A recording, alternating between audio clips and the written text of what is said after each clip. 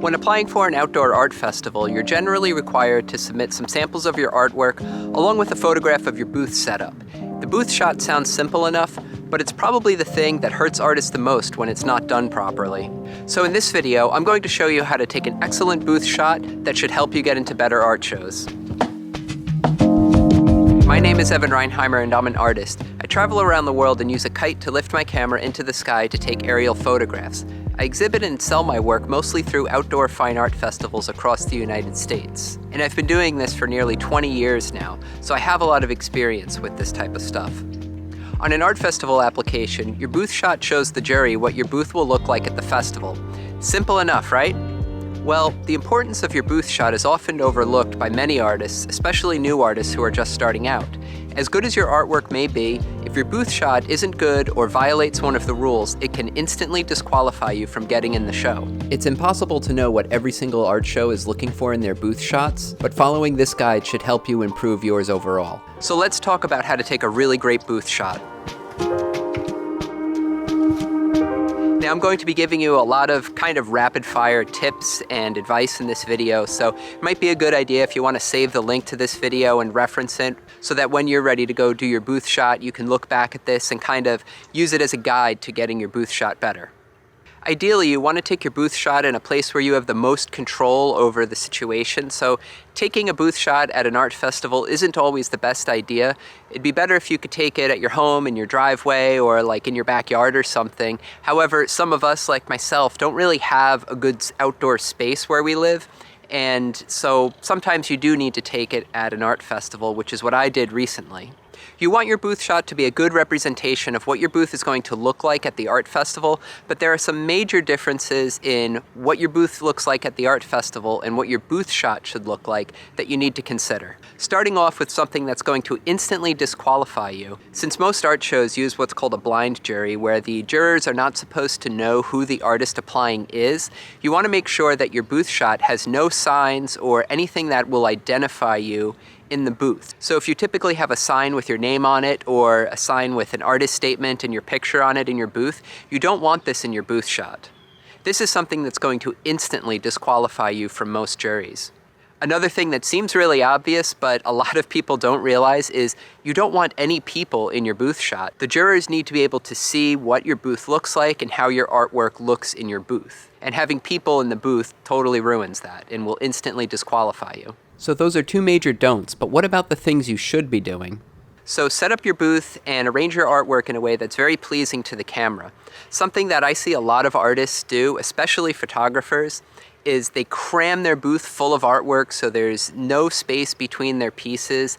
And just in general, this is probably not a good idea for booth design. Your booth should be like a mini gallery. You don't need to hang every single piece of art that you have. So be selective when choosing the pieces to hang in your booth shot. They should be a good representation of your artwork that you're going to show at the show, and also show that you have a good cohesive body of work.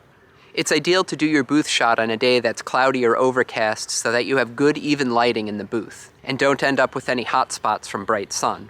You want to make sure that you choose a place to set up your booth where the ground is going to be nice and even and not distracting, whether this is just a clear piece of pavement or an even piece of grass.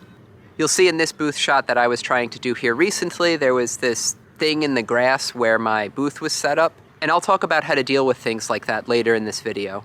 But ideally, your booth should have a nice, non-distracting, even floor. And whether it's pavement or grass doesn't really make a big difference. Some artists even like to use carpet on the floor of their booth, and that's fine too, as long as it's something that's like a solid color and not distracting. Another thing that seems really obvious, but a lot of artists make this mistake, is if you're hanging 2D work on the wall, you gotta make sure that the pieces are hung nice and level. And if you're hanging multiple pieces on the same wall next to each other, it's a good idea to make sure that the top of each piece is in a straight line at the same height. Another great tip is if you have framed artwork with glass in front of it, take the glass out of the frame for your booth shot. This way you'll cut down on reflections that make it difficult to see the artwork in your booth. So once you've selected your pieces, you've hung them on the wall, you've got your booth set up, you're ready to take the picture. So how do you do that? Well, first of all, don't use a cell phone. Use a real camera. Cell phone pictures, while they've come a long way, you get a lot more control over the image when you're using a real camera. If you don't have your own camera, you can see if you can borrow one from a friend or something, or maybe even hire a professional photographer to take the picture. This way you know it's going to be done properly.